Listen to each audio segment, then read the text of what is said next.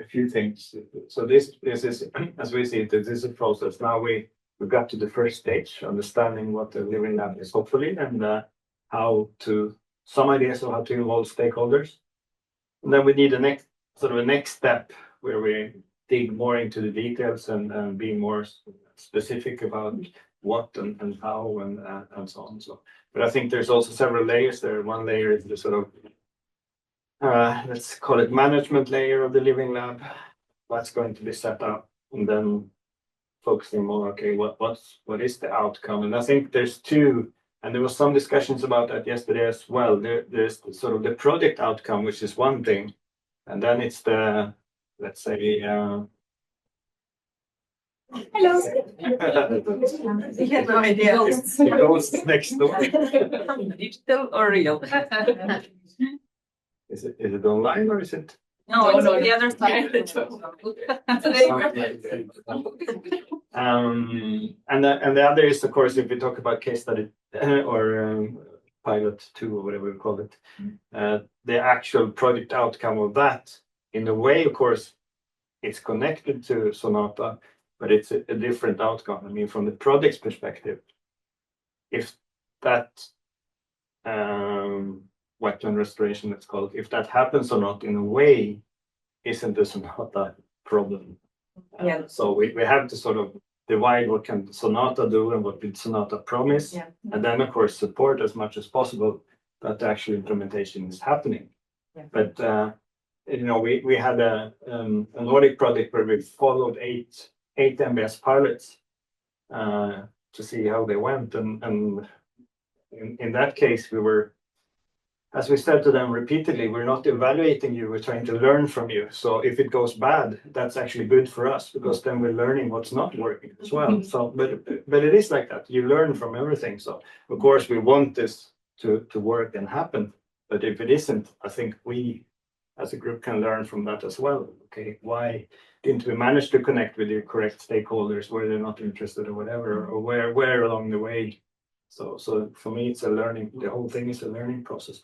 But I think we have to be quite clear on what did Sonata promise? What did Sonata promise to deliver? And so what's inside the project and what's outside? I think it's quite important that we don't, in a way, mix those two, because then it can become complicated.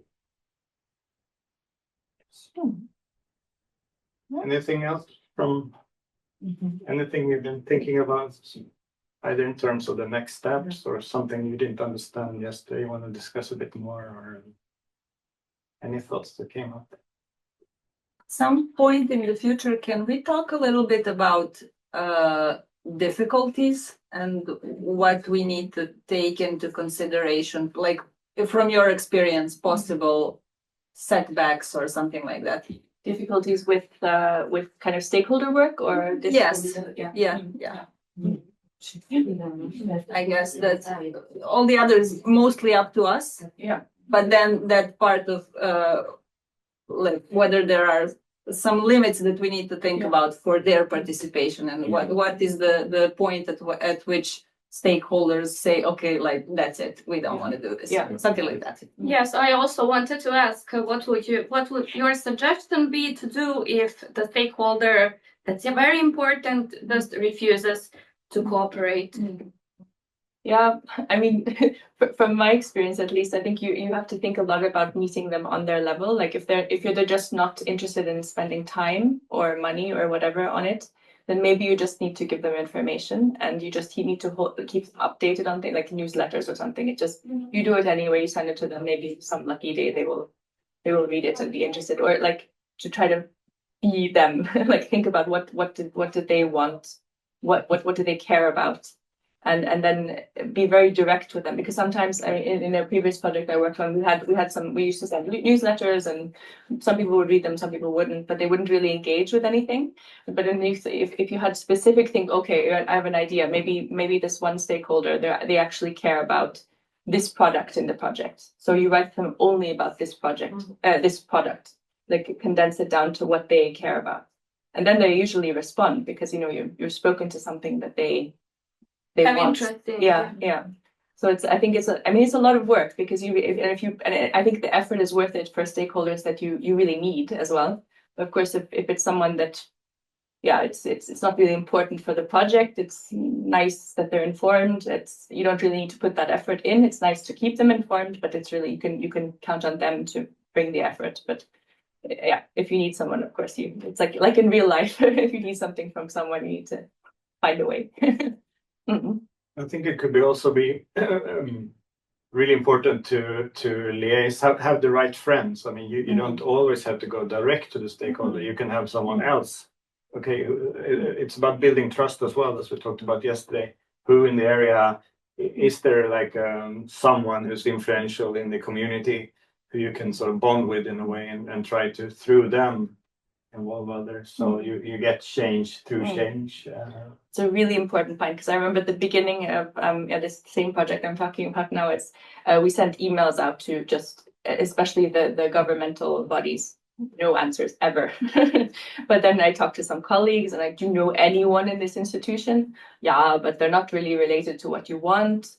But it's actually, you get to them eventually that way instead. So maybe you know someone that works tangentially with that person, and then they can somehow have personal connections are super, super important. And maybe, I don't know, maybe they guilt them into it, I don't know, or make them think, they know you, and whatever. It's really, really important. The thing I was thinking about from yesterday is so if we talk about this water company, their big fear seems to be, flooding, and then might be economical losses.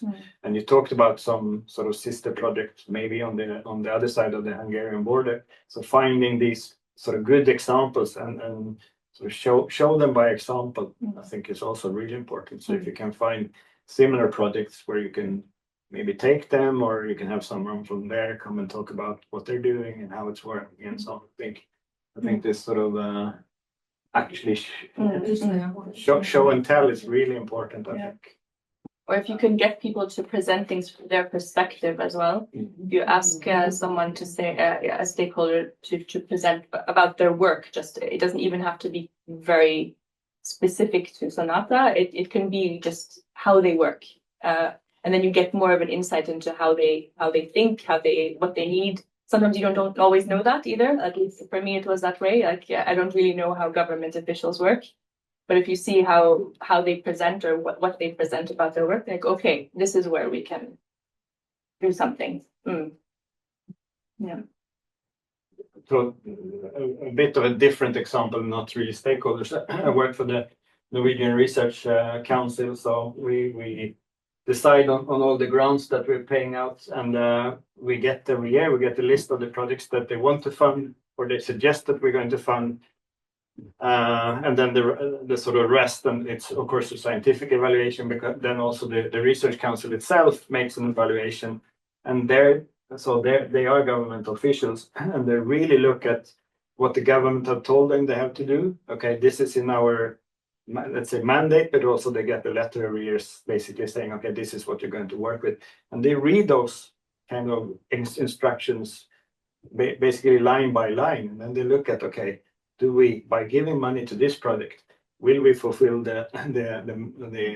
what the government wants us to do? And I think also in this case, it's about finding that, okay, what is it that they're actually really occupied with? I mean, what is it in there that really makes them say no in this case? And is there some way to sort of open that lock, and or not? If not, sort of why?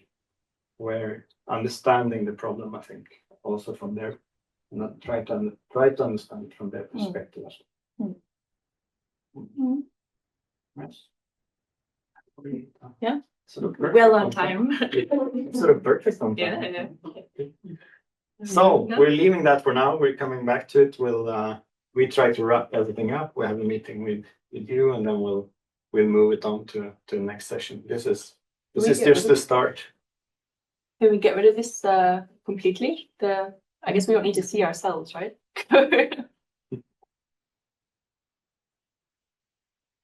Okay, yeah. Yeah, so that's extremely briefly on case study 1, because we'll have these 2 presentations afterwards. So this is the pollination case study, and we've Hedda and I and Marcus and actually some of you have been working on a protocol for that.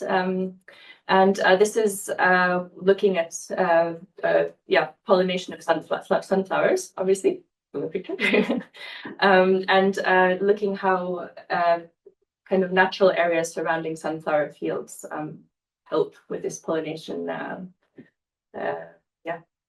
Oh, my words, please help me, Hedda. Pollination limitation. Yeah, thank you. So, and we haven't really linked this to societal problems anyway. We'll do a little bit of an exercise about that later on. And yeah, site choice, this was more related to nature-based solutions, but we haven't really worked on site choice so much yet. But it's also very important, and also in the context of linking to stakeholders. Obviously, we want to choose farmers as well that are interested, and not just this is ideal from an ecological point of view, but that's not the only factor. And so then we have the next two presentations, which are this I'm very excited to hear about that now. This looking at specific NbS for the Syrian farmers would be interested in applying, right? And then Lori, I don't know if Lori is actually, if you're doing the presentation or Lori, but She should be doing. Yeah, okay. To look at this joint BIOS, NINA and VITO concept for habitat mapping. And yeah, that's that. Just maybe you go. Let's take up your presentation. Is this here?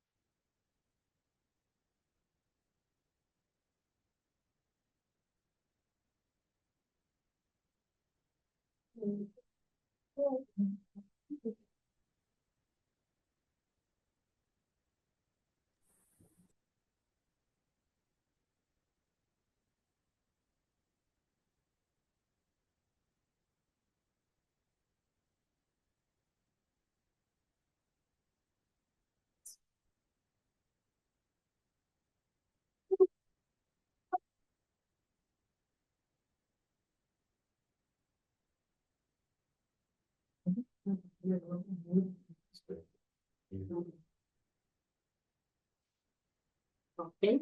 Hello, everyone. Good morning. My name is Sanja Berter. I'm the BioSense researcher in the field of the information technologies, most particular machine learning, predictive modeling with diverse set of the application, but mainly agriculture and environmental studies.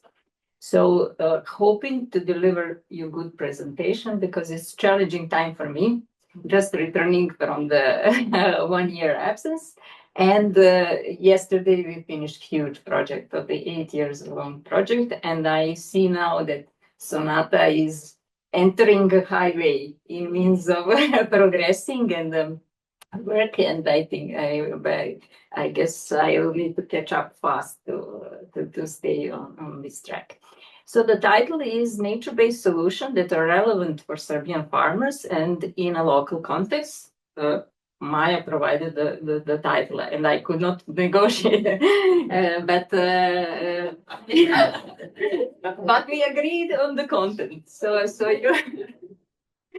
you will see what is about.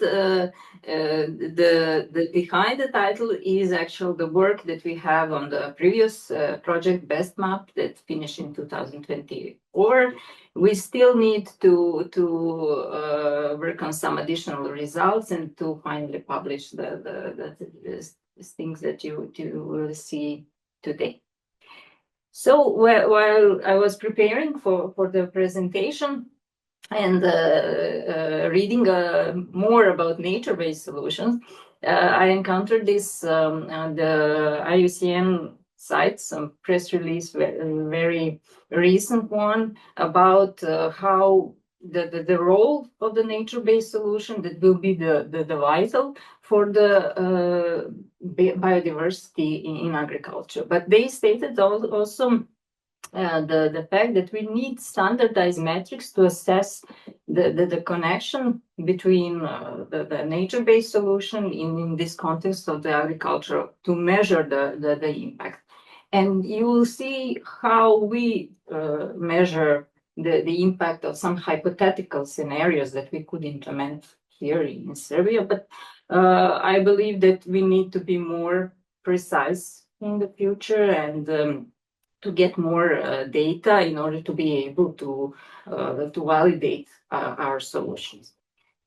So first, just to make the connection with the Best Not project and our results, we mainly worked because it's the agricultural settings on agro-environmental schemes, and that is the key instrument in the policies. And what is specific to the agro-environmental schemes, they have some financial incentive behind and in form of the subvention, investment, or whatever it can be. On the other hand, what we are experimenting with the agro-environmental measures, this is how I understand what you particularly do on your field. For example, putting cover crops or something. And if we refer it to the nature-based solution, I see it as a subset. The nature-based solutions are more wider because it does not have to include agricultural sector. It can be on the other applications. And this subset of the agri-environmental schemes and measures is specifically enhancing the environmental performance of agriculture.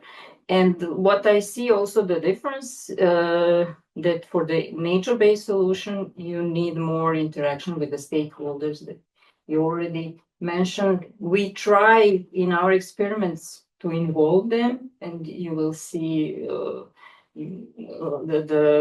how much we manage to do this, but also I think that we need to engage them more. And how the concept framework was set. On one side, you have the environmental context. This is the landscape structure of the case studies that we have in the project, soil quality, local climate. And on the other side are the actors that need to implement such measures on their fields. So we need their background, farmers' background, attitudes toward the farmings, their reflection on ecological aspects, and the reason to participate or not to participate in such action like agro-environmental schemes. And while by merging those two parts, we need to measure ecological effectiveness. And the main motivation is that still at European level, they don't know, or they're not that precise in measuring the impact of these schemes and how they benefited to the environment, and there are conflicting opinion among scientists. And so we try to tackle this part with the modeling. What we analyzed in this study are those agro-environmental measures. So in the project, beside the Serbia case study, we had UK, we had the Germany, Spain, and the Czech Republic. So there are different contexts. What was particularly interesting is that Serbia does not implement still agro-environmental schemes. We have some smaller mechanisms, more like investment, but not the way how it's conducted at European level. So we were more interesting to start modeling in order to provide information to stakeholders, mainly government, what they should look for and the effects of these measures. So the another challenge was that at the moment of the implementation project, Serbia did not have the LPIS program for the spatial information about the farms and what subsidies they are taking and what schemes are they are implementing. So we need to work around with the different data sources. Luckily, we're working at BioSense and we have different data sources already created.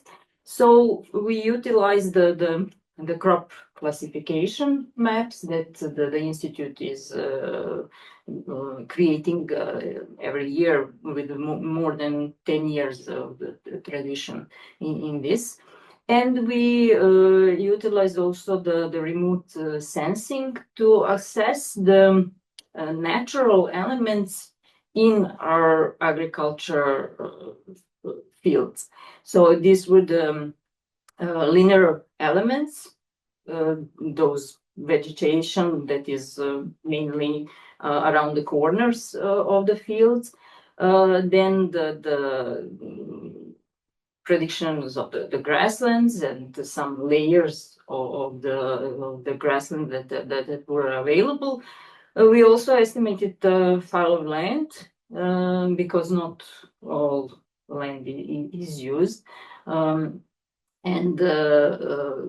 that is like this measure. If you see this image, linear elements correspond something that would be the flower strips, and the fallow land something that would be conversion of the arable land to the grassland. So this is the, let's say, we call them surrogates. So the something that was not that, because we don't have the implementation of these measures, but we want to quantify the effect of this, let's say, semi-natural vegetation and how it impacting, you will see on what biodiversity and the water quality. And the organic farms, we had the layers with information who is doing the organic farming. And sorry for the so much text, but during the implementation of the project, we interviewed the farmers within the project, and we also there were long interviews, discussion with the farmers. This is the 25 of them, and more than 200 farmers participate in the targeted survey. So we could got the feedback from the farmers. And what this is some summary of the main things that they mention. In general, they lack information on the environmental issues and potential progress to support environmental practice. This is mainly because we don't have the official financing this in Serbia. But what is good is that younger and more educated farmers understand better those benefits of participating in some potential schemes on long-term sustainability, quality of environment, and etc. So we see that part of the population of the farmers would like to hear more, and they have some ecological awareness of their productions. So they want to those information shared by the experts, state or local consultant agencies in order to be informed more. What is also highlighted that they don't have the capacity because they are always on the edge financially, especially if they are smaller farmers, to be economically sustainable. So they are looking for some kind of the compensation, and you will see how that influence the model and from the survey. And what is interesting for Serbia, that it's the major landowner. I'm not sure for this 20% from where we did the, but we should check, is it the 20%? But what is the problem with the government having the land and renting it to the farmers? Because is the short contracts. So that means that they cannot plan anything. Literally, they don't know whether they will rent the same land. I mean, in these agroecological schemes, this huge problem, because then you have just a short contracts. And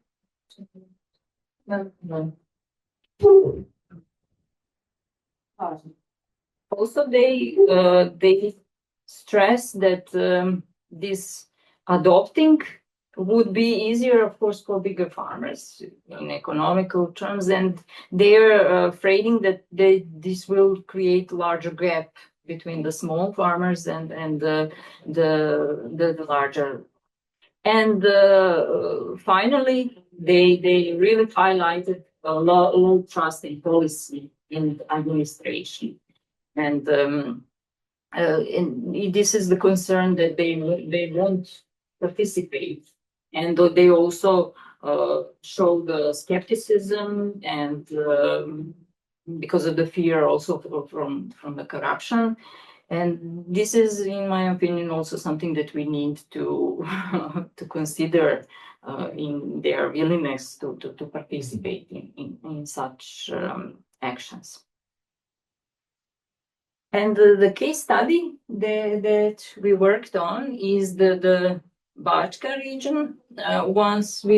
When we were creating the project, somehow we entered to decide to take the Bačka region, but later when I discussed with Tijana, it would be better that we had the whole Vojvodina region, because of it has its own diversity, and for the conservation point of view, maybe the Banat would be more interesting. But here, the Bačka region is the highly intensive in agriculture. In Serbia, this is the most intensive area when it comes to the agriculture. And what we needed for the study was the farmers, where they are located, and in order to model their decision. So we want to be realistic as possible. So having the farmers and their fields entering in his mind based on that facts, how big the farm is, what is his production, how would he make the decision, and then on real spatial position simulate the nature-based solution, let's say it like this.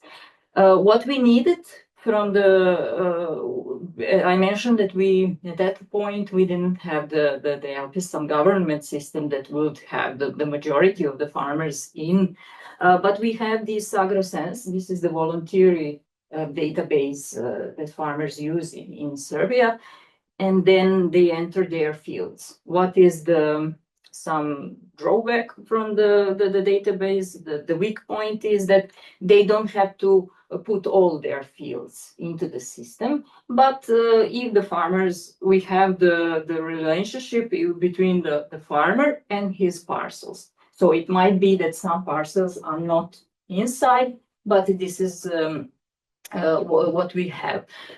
This was very important in order, one of the factors that influencing the farmer's decision is the farm size. So we estimate here the farm size.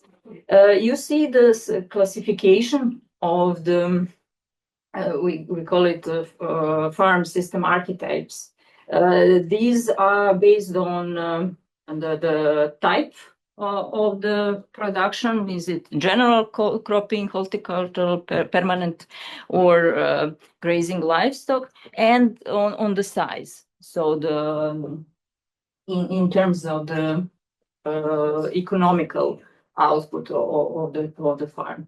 And what is also something specific to the AgroSense database, that we have this general cropping, the mainly. So horticulture is the smaller, and this AgroSense application is not designed to help them.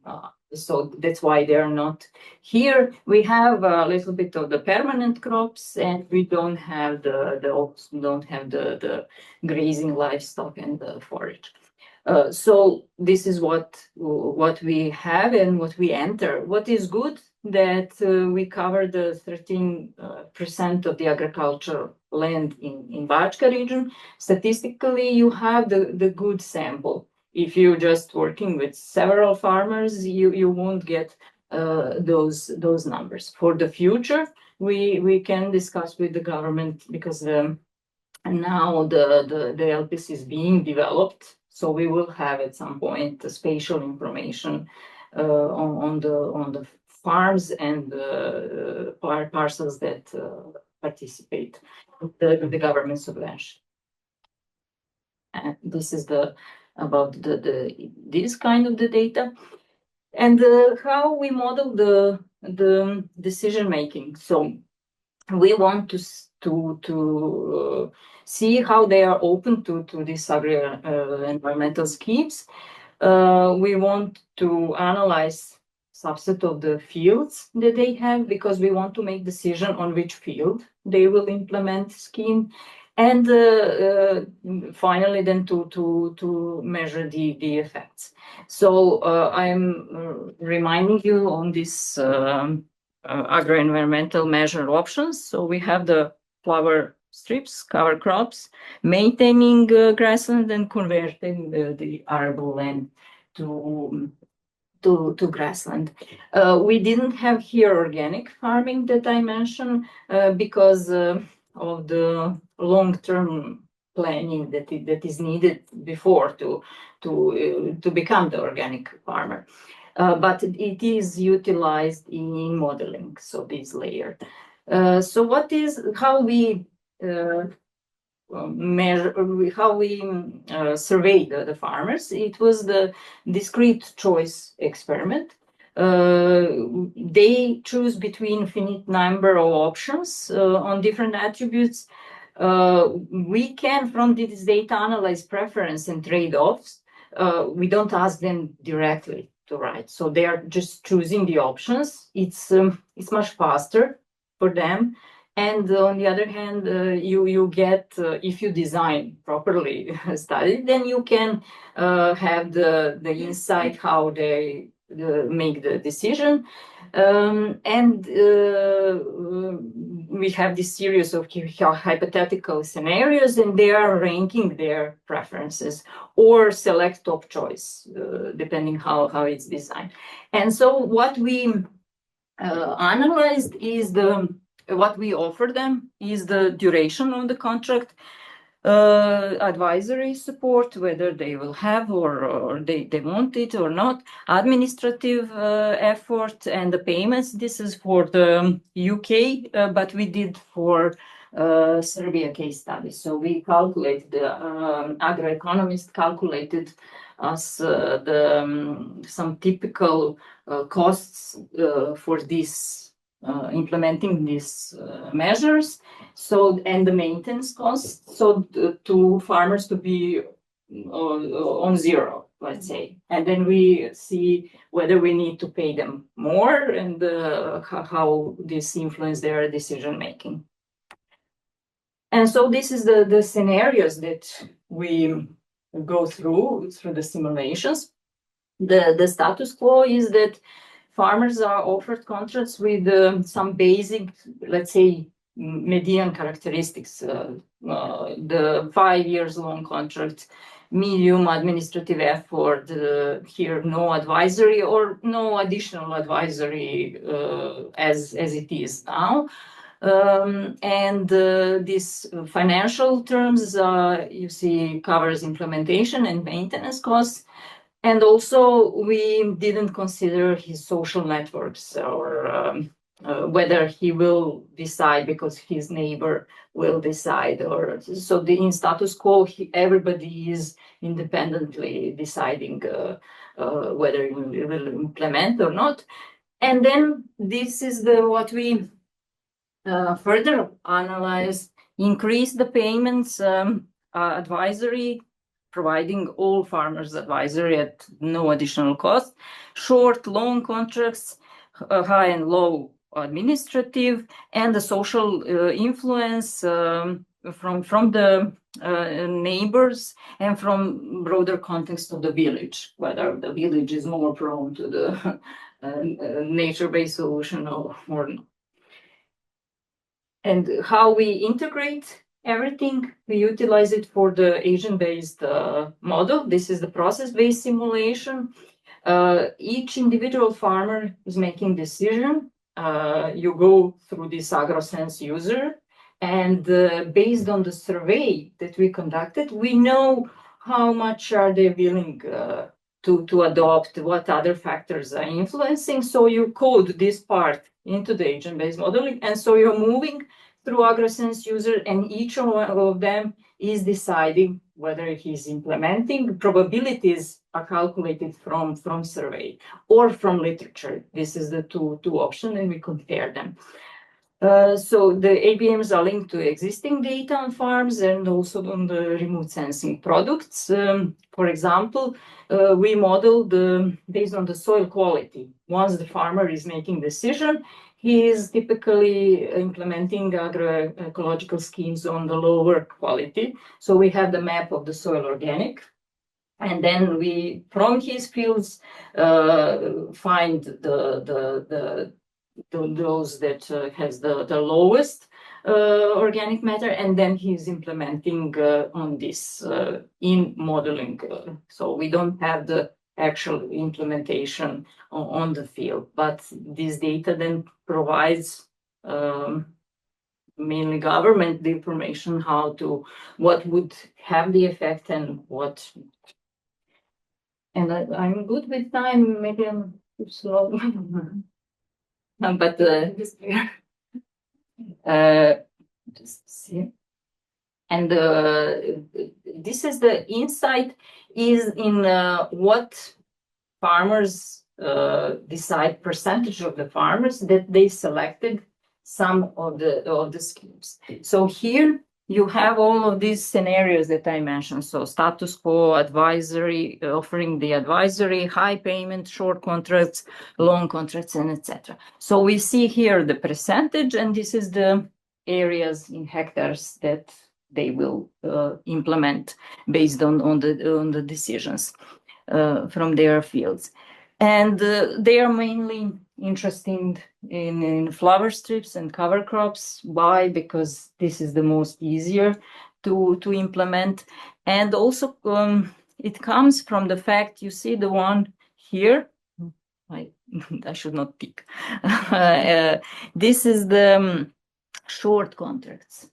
Because of the specificity of the Serbia, those inability to have the long-term planning, we have the preference toward the short contracts. And this opens a lot of new questions, whether the effect we need also to evaluate through the time. If someone is switching every year, then the thing is how would we measure this impact? But this is what they choose, and you see the high payments are here close. This is from the literature, and this is from survey. So even the high payment were not that important for them. They told, okay, we are financially barely existing, but at the end they choose more short contract than the high payment. But still, the payment is among top influencing the decision maker. What we have also here, what is interesting is this one. This is the high administration. This is something that is a little bit unexpected, but for our farmers, high administration, they don't love it, of course, but high administration means that they trust more in system, that they will be checking points, and this is coming from there. What we have here, that because of the AgroSense database and the landscape of the Bačka does not have that much of the grasslands, according to Tiana.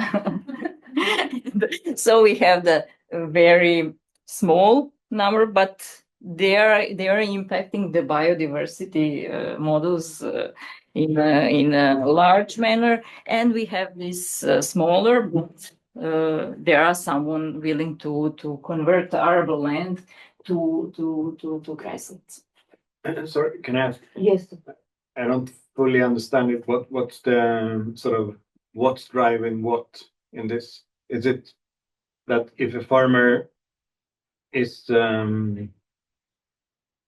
offered a short contract, then he's more likely to implement flower strips? Or what's the? I don't fully understand the relationship. Yeah, if he is choosing the flower strips, then the short contract means mainly makes decision because there is the option for the short contract.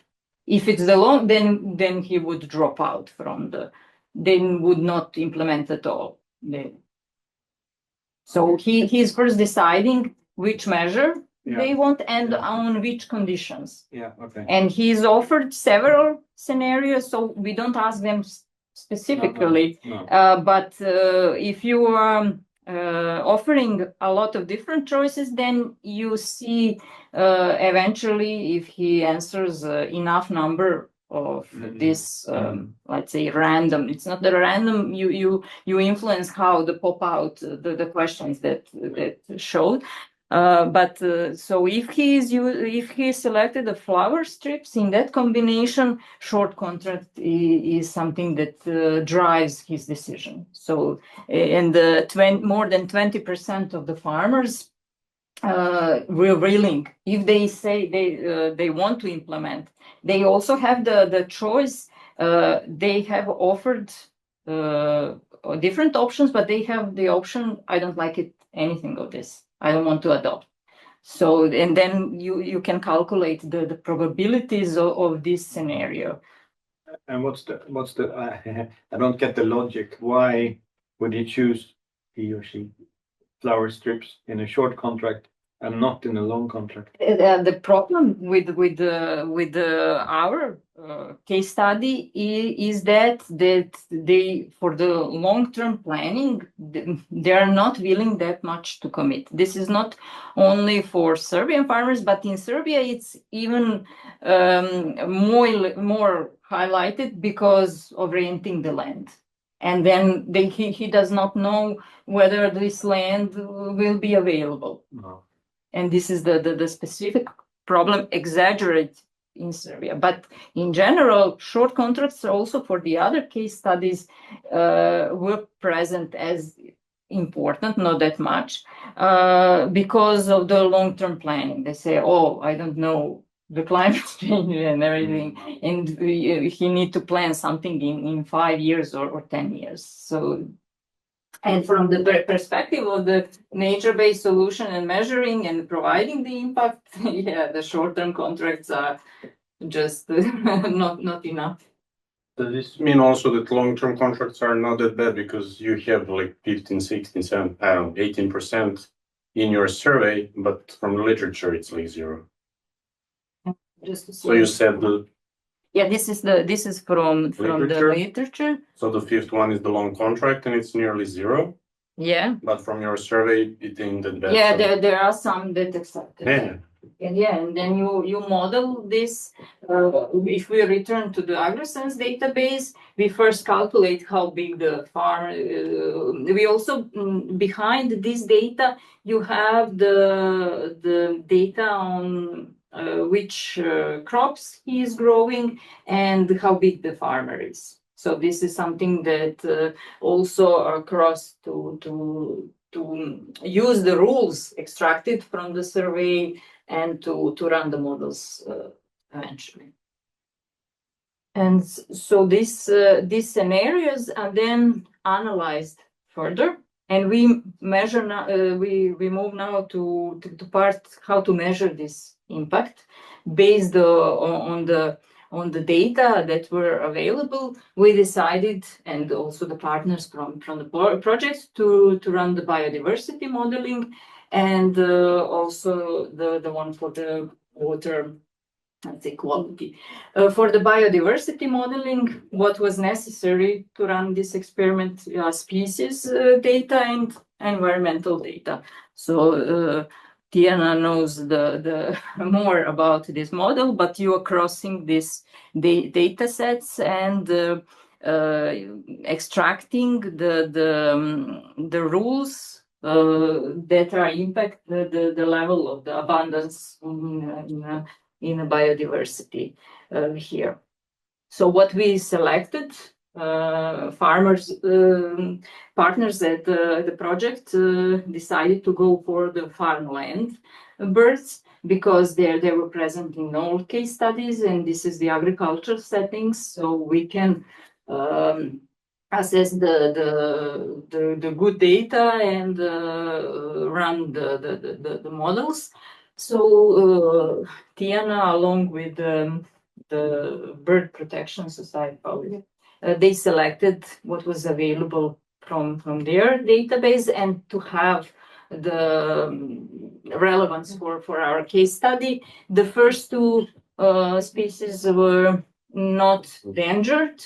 They're least concerned by the IUCN, but for example, I was reading what was this ecoton means. If I understand, this is when it's on the borders between two habitats, and then you can follow what if the climate change impacting this region, how is they shifting the populations.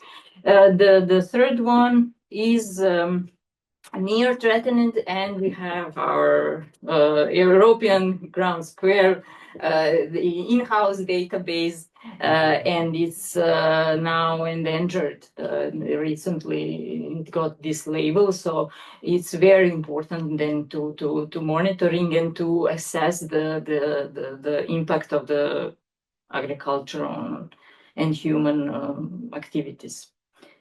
And in the biodiversity model, so these species are ecological indicators.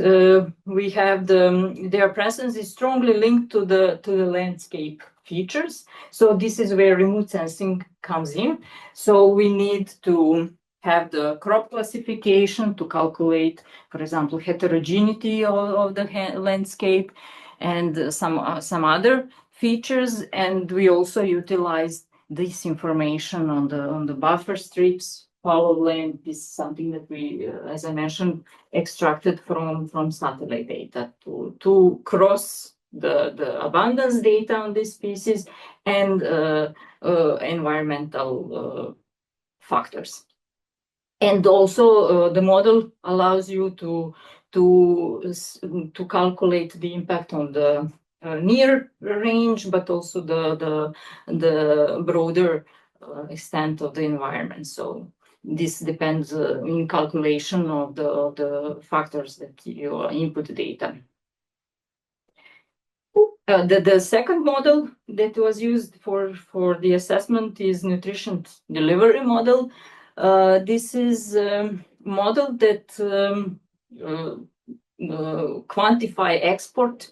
In our case, we quantify the export of the nitrogen and phosphorus that farmers use at their parcels. How much of this is run off to the streams and the water bodies?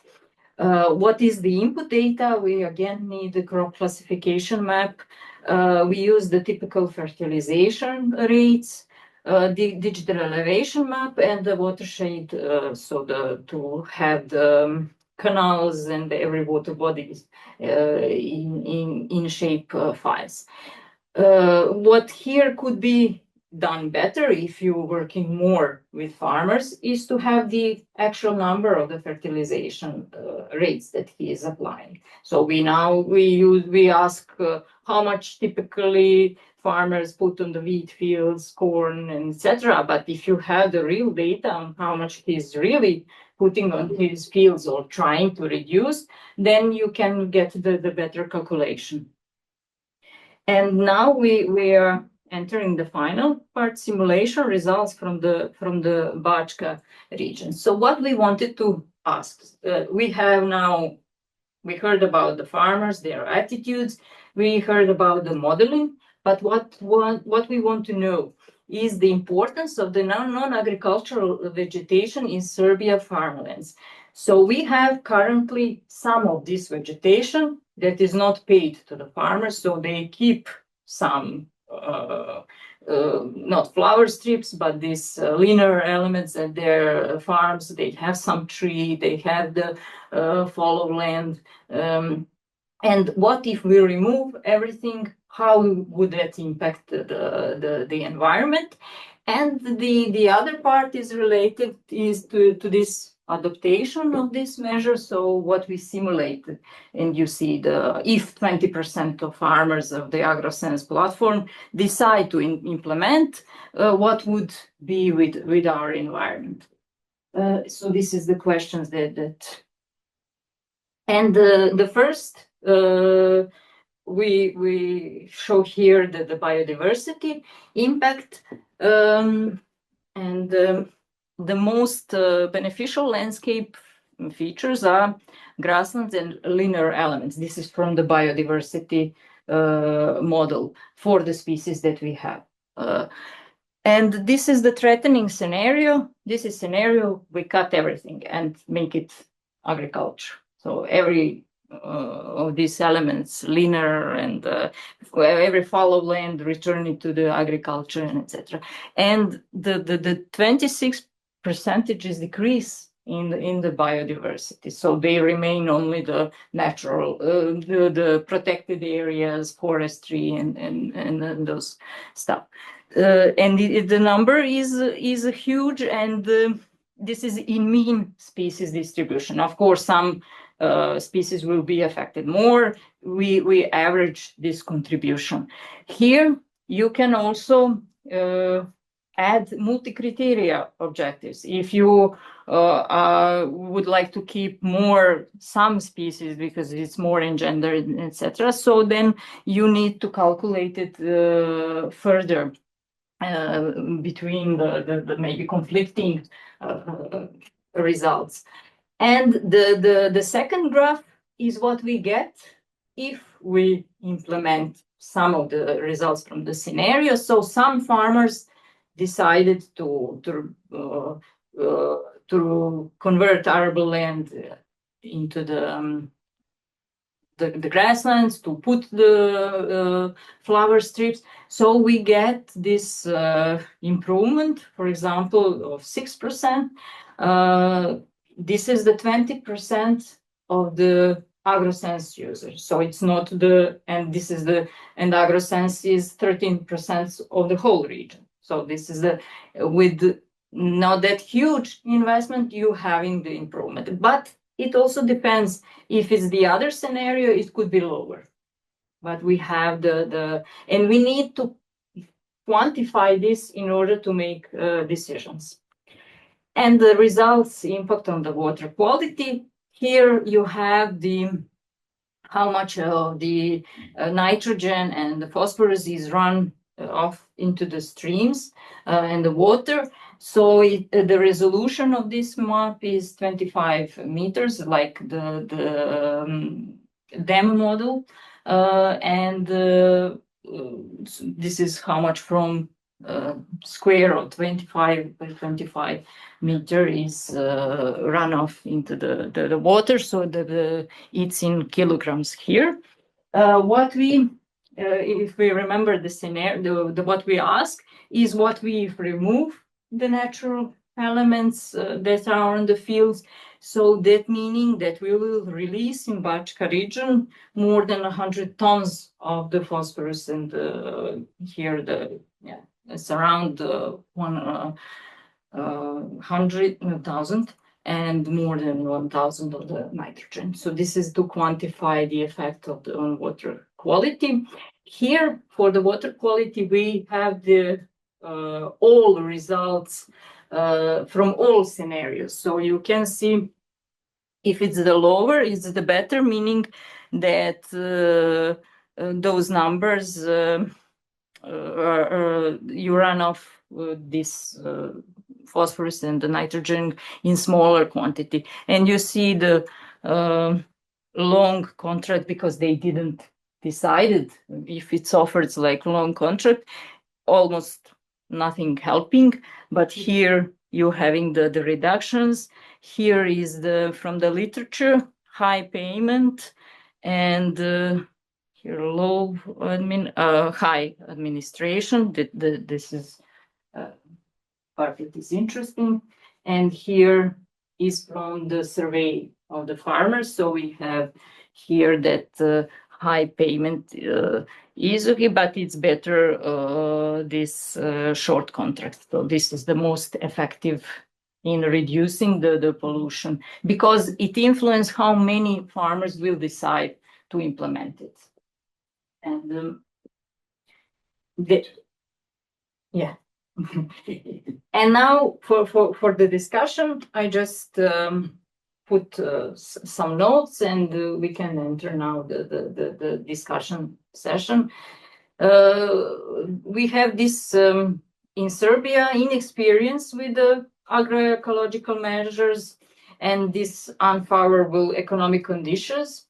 That's why farmers decided more on cover crops in flower strips. This is the most easiest to implement and to reverse if they don't like it or support of we should work on support farmers in Vojvodina to preserve existing non-agriculture elements. We see that they are making the contribution also in less pollution and in the biodiversity maintenance.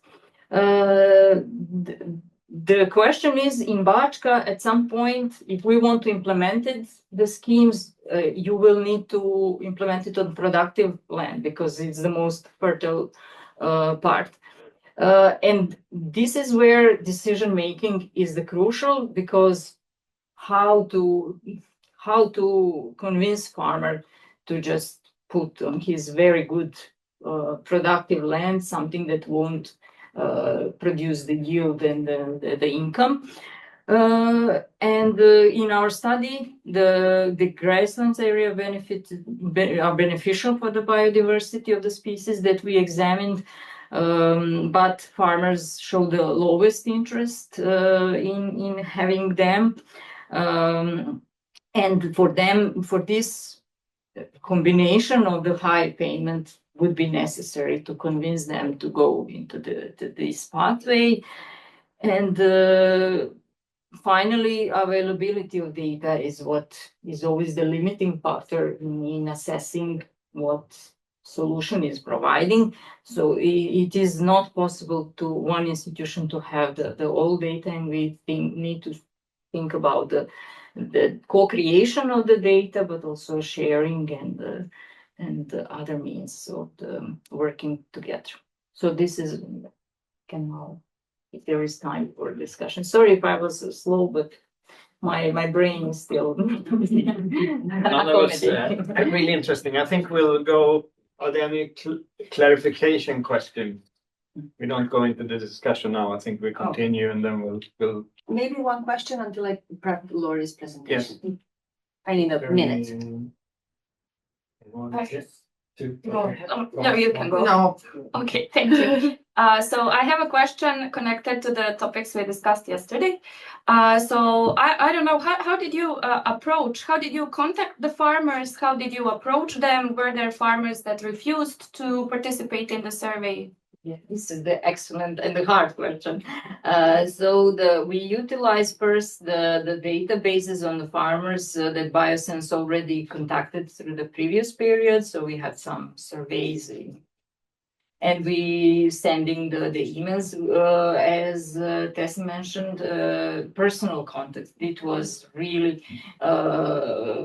beneficial. So some of our colleagues like Branislav and Natasha from the biosystems, they are deeply involved in agriculture production itself and their community. So they spread also our survey.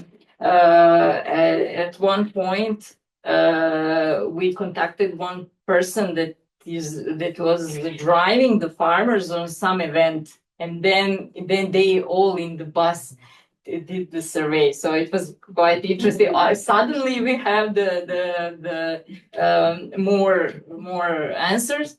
And what was also interesting, we put it on one website. It was the subventions.rs, subvencije.rs. And eventually farmers are reading this website. And after that, we have also some entries. What kind of website is it? It is related to it's called the subventions, but eventually subsidies. And the farmers are reading. So finding where they're having their information is also very important to have it. But I would say personal contacts, historical records from the previous project, engaging them. I didn't mention, we had 2 workshops. One that we talk about the project, what we want to accomplish, that it will be the survey we announced already. And we have the point where we have those kind of the results to discuss it further. So, but engaging them more, we lack this in project. And what we lack is the high level of the government that are decision makers. We had the provincial, they were fully aware, but they were not the one that make the decision, for example, for the agroecological schemes. Yeah, I have a very short question. What do you think, if it would be possible, for example, to use these, let's say, irrigation channel protection buffers for, let's say, these kind of agroecological measures? Because as I know now, what is the status quo is that these buffer zones are existing, but the people illegally use it for agriculture. So now it's getting more and more clear because of this digital platform, because of the cadastre, everything is improving, satellite image is improving, so we can easily recognize when the people just use this part of the land illegally. What do you think potentially, if it would be good for biodiversity to convert this into grassland, or, for example, to put trees along the channels to create like a semi-natural pathways for? This is more maybe a question for Tiana, because it concerns the biodiversity. Yes. When it comes to the modeling, Yes. we would certainly love to try it and to see when the model is already fit on the data that we have the species, how it influencing, and to see results on that particular part to simulate. So this is so I can answer only from the modeling. Potentially, what do you think? Impact in some way, or? Well, the local in the numbers, depending, because here the numbers depend on the how many farmers, on which part you have the intervention. If you have some more local scale, then additional data sources, then quantify more precisely, but on a smaller scale, then it would have the impact, at least in this part. But then we would need to see whether we have real abundance data to cross the database on the biodiversity and specific location. Maybe it would be interesting always, as you mentioned, the location where we want to implement, to prioritize when we cross the data. I have another small question, if it's possible. Switch lanes. We can next presentation. I think we need to. But we are save it, here. save it. Yes. Yeah, we continue to discuss it. Sure. We need to- Yes. Did I? Okay, so the next presentation will be from our colleague from VITO. Lori, are you there? Yes, I'm here. Okay. We can't see you, but we can hear you. And do you see the presentation? Yes, but I normally put my camera on, so it's a bit strange that it doesn't work. But anyway, okay. So should I? Yeah, you can hear that I'm a bit sick. I have a sore throat, so hopefully you can still understand me well. But so can I shift the slides, or do you have to do it? I've shared the slides already. Do you see the presentation? I can also share. It's maybe a bit easier than I don't have to ask the entire time. It's fine. I'll be here and you just say when to switch slides. Yeah, you can switch slides. Yes. That works.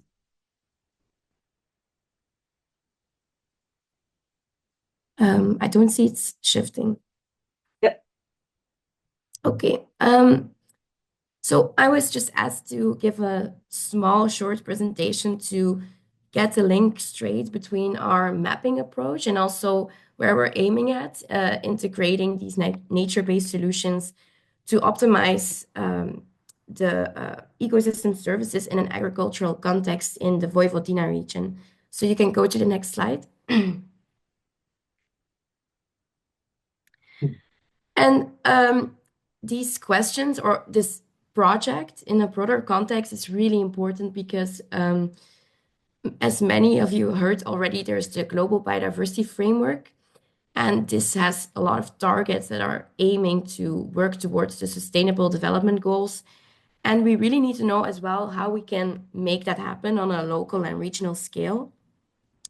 So you can see here that we are focusing in this project on what is the purpose of ecosystem services and nature-based solutions in the application of working towards targeting the Global Biodiversity Framework targets. So next slide, please. Yeah, so this was just a picture that I wanted to show. This was from a previous presentation, by the way, so I didn't update it, but it was to show that we are still in the beginning stages of a project.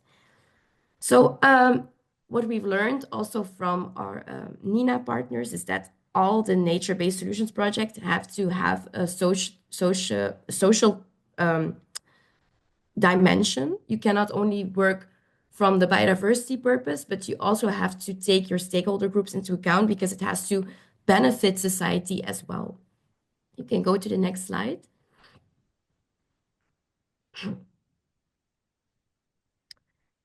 So the need for this project became clear because Serbia is really vulnerable for climate change impacts.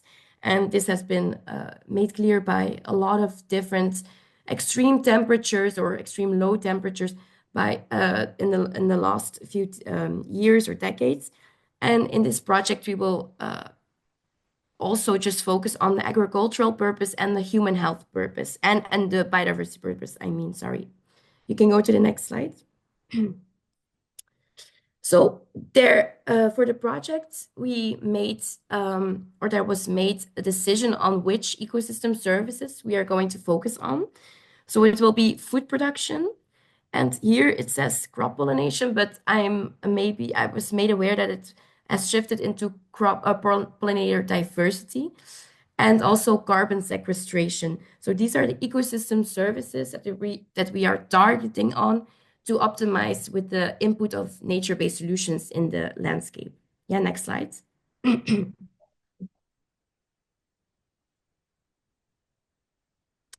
There's something wrong there.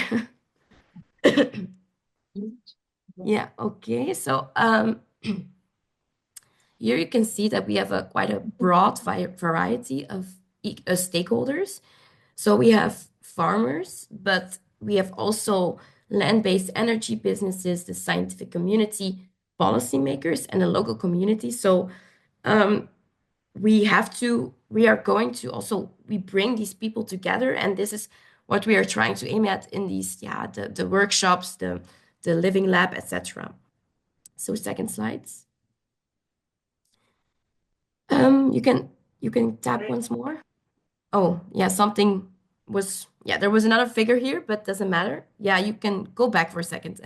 So it just, no, just to the previous one. Yeah. Yeah. So this is just to say what we are targeting on. So this should be actually the target result is a spatial optimization tool. And the tool is trying to figure out where can we implement nature-based solutions to optimize the ecosystem services, but also taking into account the different stakeholders' interests, like showed before in the previous slide. Okay, to the next one. So first of all, it starts with we need to know where we have to implement nature-based solutions. And that's where my job comes in, because I'm in the mapping team together with the BioSense colleagues, and we are trying to make a very detailed habitat map of the Vojvodina region in Serbia. And well, I've already explained in the kickoff meeting more details about the habitat mapping, so I don't think I'm gonna go in detail about it now, but it's going to be a very detailed habitat map based on a UNIS typology system. And we go into quite a detailed level that you can also make a distinction between very like soil-related purposes or soil-related characteristics of the ecosystem, etc. And the habitat map, you can actually also see this as a certain essential biodiversity variable because, sorry, I have to drink a little bit of water. Okay, so you can see that habitat map is brought forward by the geopond community as an ecosystem distribution, essential biodiversity variable. So it would actually give you more information to follow up biodiversity status by looking at how the ecosystem distribution over the landscape is presented. And what we are going to do is we're going to look at the final habitat map, and we're going to focus on the agricultural areas. And then this will be the basis for the spatial optimization tool and the next step. So you can go to the next slide. So once we know kind of where to implement nature-based solutions, we also have to consider which nature-based solutions we want to consider or which are to be considered. So we have to look at different habitat types, how they are in a different configuration together, how they are allocated. And then also some other things like the farmer's operational costs, budget, incentive are very important, because this also will identify the areas that he wants to work on or that he is not having as a priority, for example.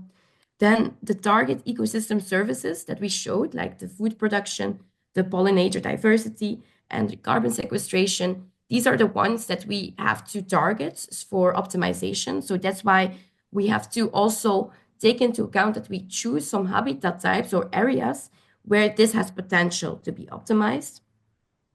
And then we have to consider the possible nature-based solutions. So in the previous presentation, it was very clearly explained that there was a survey done and that they looked at what would the farmers actually like to implement or consider to, and across what kind of area, for example. So out of the survey, there were some possible nature-based solutions that came up, but I just listed these here from my previous presentation. Maybe they're not up to date yet. But anyway, there are certain nature-based solutions that they would definitely not like to do, for example. You can go to the next slide. Oh, this doesn't look good. I think it's better if I share my slides, because here should be, this might not be the latest version then. So, okay, let's see if it works here. I think you should be able to share, no problem. Yeah. Okay. Yeah. Okay, so you see my slides? Yeah. Yes. So yeah, so what I wanted to say next is that, so we have the let me quickly go to the previous to see. Yeah. So once we know which nature-based solutions there are also that we want to implement, we are going to have to, we need some models for our spatial optimization tool in the end. And for these models, we need input data and we need some parameters that have to be calibrated. And this will be done through the use of experiments. And there is, I'm going to just give a little bit of explanation about this pollination experiment. This is mostly in the lead of our NINA partners. So what's happening here is that we're actually going to look in the field. Like if you have a big field, of course, pollinators that are in habitats surrounding the field or a farmer's field, they will go into the field and try to pollinate flowers, etc. But they have a certain travel distance. So they will not always, the deeper you go into a field, the less visits there will be from this pollinator. And this is what we actually indicate as the pollen limitation or the gap that you have in pollination, because there is a bigger capacity in the center of the field that is not being satisfied because of these pollinators not traveling all the way to the middle of the field. So that is what you can see here also on the right, in the right graph, you see that the pollen limitation becomes higher and higher when you go deeper into the field. But it's not only within fields, not only within one field, but also between fields, so across fields. So that is also important. There are definitely different categories where you can try to estimate this pollen limitation. So in in the pollination experiments, there will be, as you can see here, there will be a lot of replicates of a field. And then there will be some fields where there will be no hand pollination. So this is kind of like a control or reference area. But there will also be a field where you have some hand pollination within the field, so also towards the middle of the field. And by kind of then seeing how many crops or flowers are being pollinated, you can check what is actually the pollen limitation in the end when you compare it to the control or reference areas. And this is important because you have to look at it like that. We want to try to optimize the pollinator diversity, the food production, etc. So if we would implement some nature-based solutions that could kind of serve as a habitat for these pollinators in some areas within the field, then it could optimize the pollen diversity or the crop pollination at the end. So this information will be inputs. So all the output, all the parameters that will be calibrated, this will be input for the models that we use in the spatial tool. And in the spatial tool, so first of all, you have the generate nature-based solutions potential maps that are the habitat maps. And the second one, you have the spatially allocate nature-based solutions, which is what we are going to do, trying to find out where can we identify areas that we could use for implementation of the nature-based solutions, which nature-based solutions do we want. Then evaluate ecosystem services is referring to the models like the pollination experiments, etc., that go or work towards modeling. And then lastly, quantify weighted benefits is because we have a broad range of different stakeholders and we have to sit together and make different scenarios and come up with what if for a certain farmer, food production is more important than carbon sequestration, or for a certain farmer, he wants to put more a focus on the crop pollination. So this will be also important to consider in different scenarios. And that's where we can kind of come up with different nature-based solutions potential functions based on the ecosystem services that we give a higher score, and also the different nature-based solutions that we are trying to use in our settings. So this was just to show that in this project, we are really trying to make that knowledge and skill transfer work. And it's also important to learn from the local community and the people that eventually we are making the spatial tool for. So that are the farmers, but also more on a policy making setting. We need to also know what decision makers are interested in. Okay, so this was the presentation. I hope it was understand the link, and I was still understandable with my sore voice. But thank you, and if there are questions, I will try to answer them. Thank you so much. Great. Any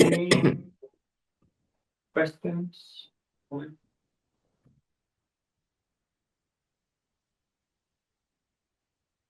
It was all very clear, really.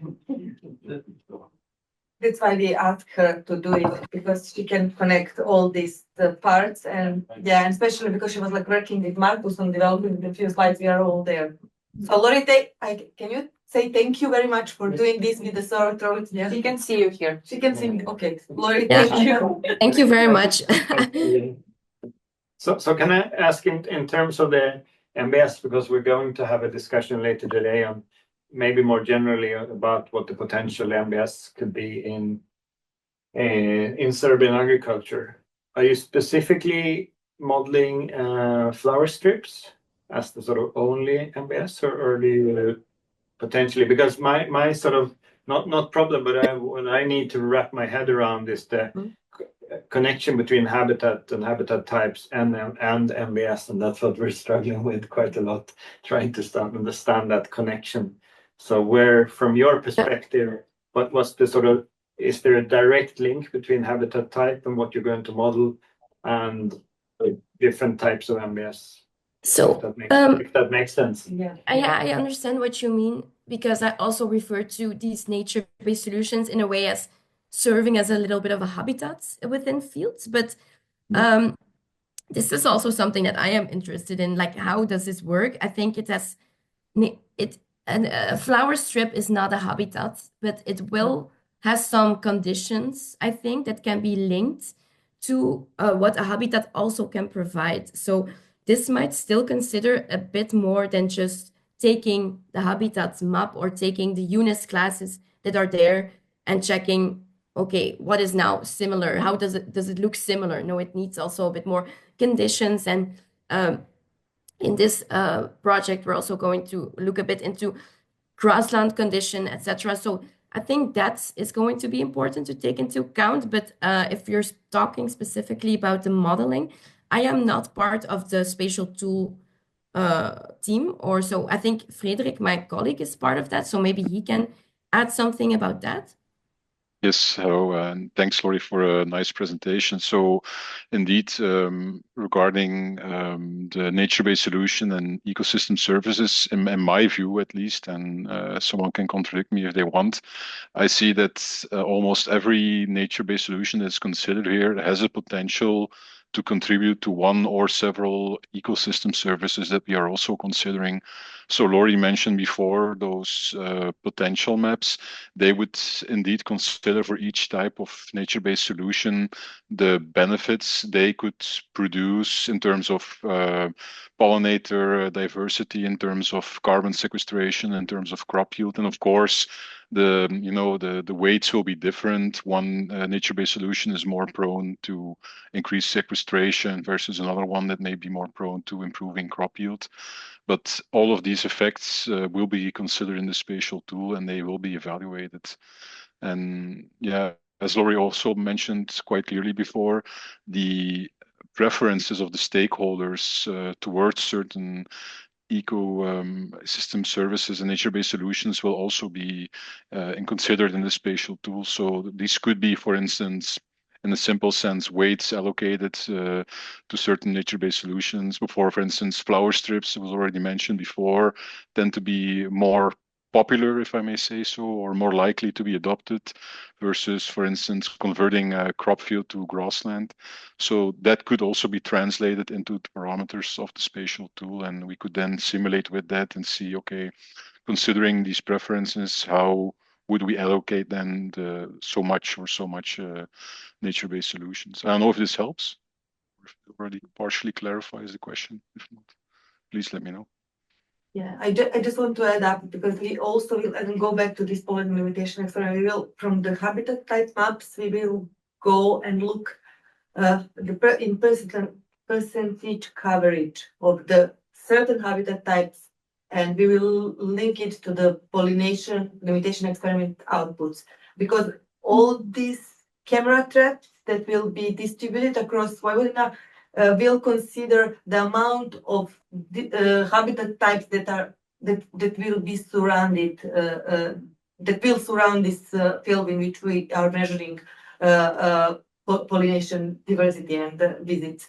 And we need to have like area that is like fully surrounded with the grassland, for example, and then 50% areas covered with, and then 0. And we expect that we will have better yield in this area where you expect more pollinated diversity, which are surrounding with the higher percentage of grasslands. So Indeed.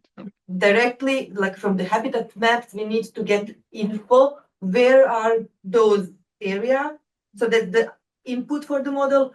On the other hand, we will measure the pollination in a field, and then, as Frederick said, we need to allocate it spatially and decide, okay, this works for yield, this works for diversity, this, and we can say also, look, this is how much carbon we have in this semi-natural area, and then we simulate. We will allocate these services, like hypothetically and spatially, in the area, and that depends on the criteria that we're going to set up. We need to go and discuss how to rank all that, and when we are allocating this, and when and where, and like as he said, like what you are targeting, carbon sequestration or pollination, or and you need to look at the field production and yield, because it's not that you're gonna propose this to those farmers that already have a high yield. So you're gonna do in a mid-range, let's say, not in the the lowest yield zones, not the highest yield zone, but somewhere, for example, in the middle, because you need to offer some subsidies, I don't know, like to cover the costs of introducing nature, and then also to consider the microclimate that you're gonna create with this nature-based solution, because we are now suffering a lot from droughts. And then one part of the region is suffering from droughts, and one part is like with the heavily extreme rains and and precipitation. So that's like the context in which we should play. Yeah. Indeed, and I think it will also be interesting to analyze how the benefits and the drawbacks of the spatial distribution of nature-based solutions will be, because indeed, depending on where we put the nature-based solutions, some farms may see big increases in yield, or at least we expect that to become like that, whereas other farmers may lose, if I may say so, some parts of their cropland because they are converted or partially converted to flower strip, for instance. So yeah, the distribution of the loads, that will also be, I think, something very important to consider when we're going to talk with stakeholders, because I don't know if we can already include that level of spatial detail in the tool beforehand. Maybe it will be more something we analyze after we developed a possible solution. But yeah, more about that later, I think. Great. Anyone else? Okay. Not happy. Just wondering myself, do you have sort of temporal data as well? I mean, do you start with the sort of current situation, or can you also go back and look at, let's say, flower strips produced in the last 5 years or something like that, and look at so we get sort of some sort of not only spatial but also temporal. So when do we start to get an effect? I mean, if you have farmers who had the flower strips in the last 5 years, or planted them last year, or don't have it, you have this 0, 50, 100 or something, but also something in time. Yeah, it's a very good question, and it's also a point that was raised, if I'm not mistaken, by Maxime during an earlier meeting we had. He also mentioned that indeed many of these nature-based solutions, they take time to reach their desired effect, which may be something between 2 to 5 years. To clarify the spatial optimization, I mean, at least from an analytical and methodological point of view, doesn't consider time dimensions, at least up until now, because modeling spatial changes over time, it requires kind of a different framework, which we also, within our team, we work on that. We use cellular automata, for instance, to simulate such changes, but the spatial optimization is not really, I mean, it's related, but not really the same approach. It usually starts just from a given situation, let's say the current day situation. And then we suggest changes on that configuration of land use and nature-based solution to improve certain criteria. So there, at least in the way that we see it now, there's not really an explicit consideration of the time dimension. But you're completely right in saying that even if we're going to suggest, plant flower strips there or grassland there, that will take time. Even if we do it now, it will take time to reach the effect, and that's definitely something that we must account for and mention clearly when we do that. Maybe there's another way to cope with that, but at this point, I'm not so sure how.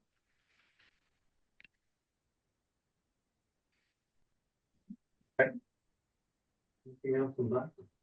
If not, I'll allow you to go back and ask your question if you still remember it. Oh, yes. Thank you. Sorry, I didn't realize that Lori was waiting. So I wanted to ask Sanja, maybe I missed it, maybe I didn't catch it. So there are many farmers that rent the land, and so they prefer short contracts. But what about the farmers that are landowners? Did they participate in the survey if they own the land themselves and work?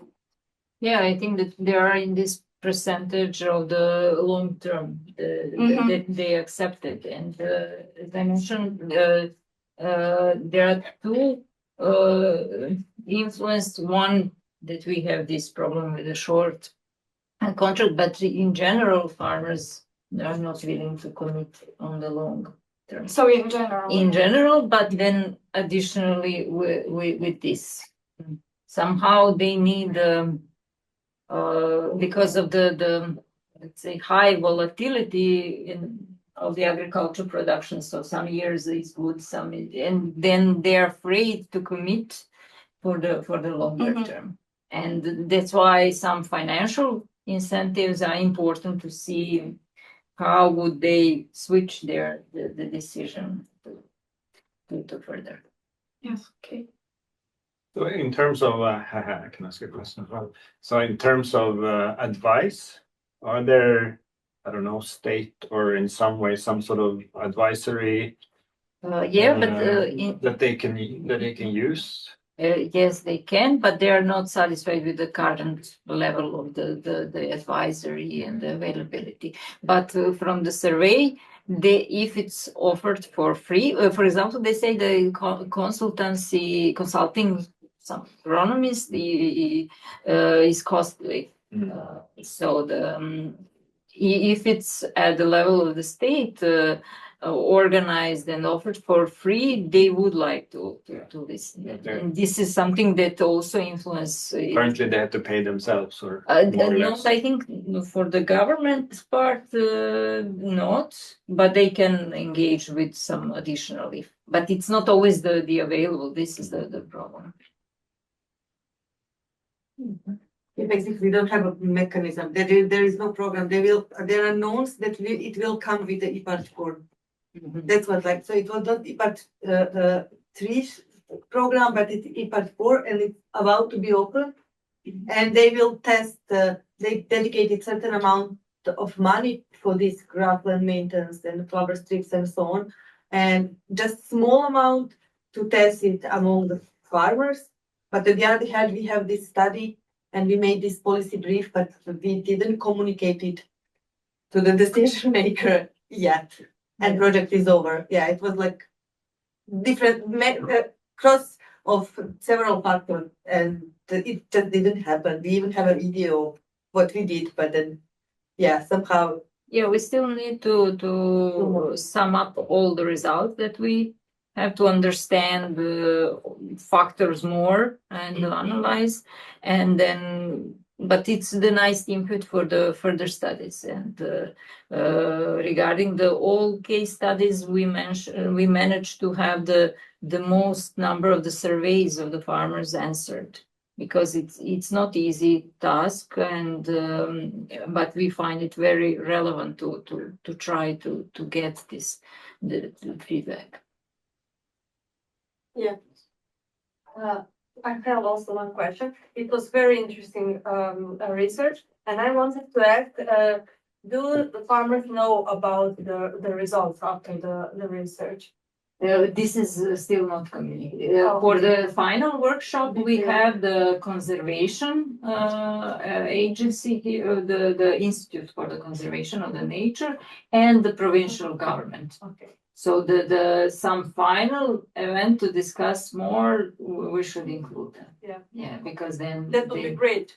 Yeah, they were in this first workshop, and when this survey analysis with the policy, when we have it in Serbian and in English, but we didn't get created some kind of the final workshop to communicate, and then to see after 2 years of the implementation of this modeling part, how would they react, and to open the tools, and then to see spatially. So when you see it in a big map, you don't see local specificity that Maria was asking. We should zoom this part and then see, okay, here we have the biodiversity losses that we should compensate. So I think more interaction will be needed.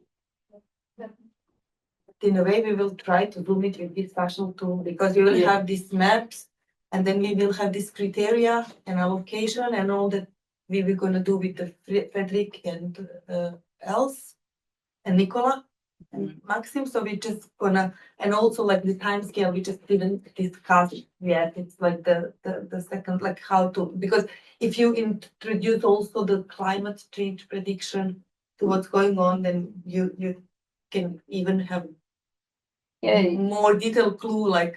Yeah, but it's harder, then you need more data. This is something that the best map at the beginning had ambition also to have the longer run of this model, not to have the impact of this short, long term. But then we realized we don't have the high quality data that could high quality time series data. So we have some snapshots of the data that were good enough, for example, biodiversity for some year, and then collect other sources, but we didn't have the so detailed information to have some kind of relevant conclusion. So this is always the. But we did have it was like the crop classification and the yield, and then we were missing this nature part.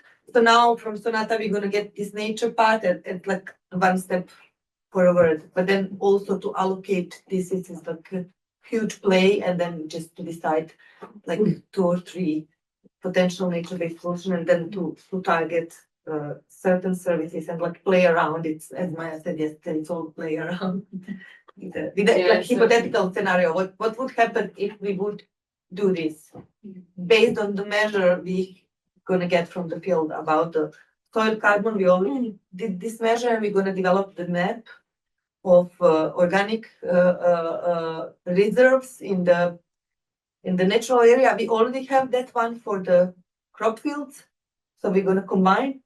Then we're gonna combine this crop classification data and the one that. The only thing is that we are going for the year 2021 with the crop with the habitat type classification. We can go for 2023. We do have a data, but thing is that it was very the start of the long dry season started in 2003. So be afraid that some habitats will not be represented in the signal of the satellites and so on.